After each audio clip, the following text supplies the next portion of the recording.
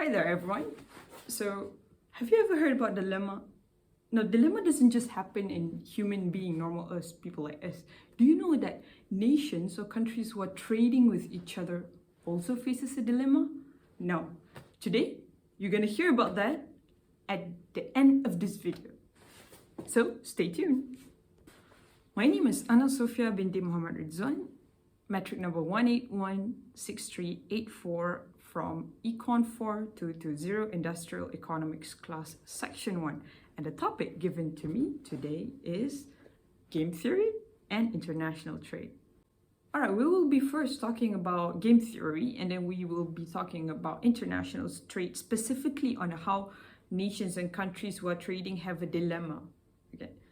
Firstly, about game theory. What is game theory? Game theory is actually a study of how interdependent players make choices. It means it is a study of one player strategizing choices based on other players' possible moves, possible choices, and also possible strategies.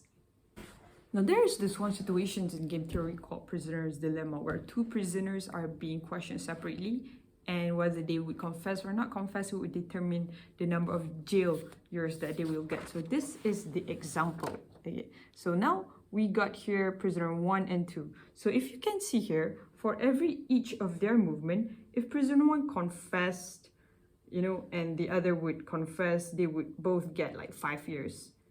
So this, and this is the outcome for prisoner 1.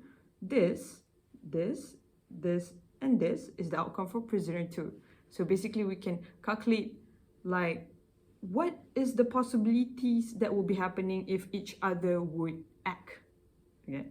Now we already see the outcome prisoner's dilemma. Now we're going to see how government actually have their payoff for whatever they would decide for their country, whether they wanted to make the trade to be between countries to be open, or they wanted to make it closed and protect their domestic economy. Some government would impose protections like quota and tariff to get extra taxes, as well as to enhance the industry in their nations. They don't want to import that much. But some countries, they don't care and just make an open economy. We will be seeing the dilemma that is being faced by all countries in a case study that is being done in this paper by Kenneth Abbott. Now, Kenneth Abbott said that countries have the dilemma whether they wanted to have an open trade or protect their countries. So they tend to protect their countries and have protection policies like tariff, quota, etc. And we're going to see why. Because this is the payoff for whatever the government will do. Now, you can see there is 4 words. First is best, second, third, and worst. So it means best outcome, second best, third, and also worst. So we're going to see a case example why government tend to have protection for their trade.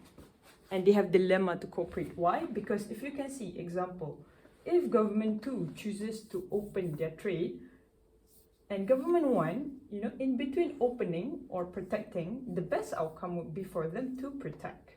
Okay? And if government 2 chooses to protect, the best outcome for government 1, okay, is also to protect their trade. Now this goes the same to government 2.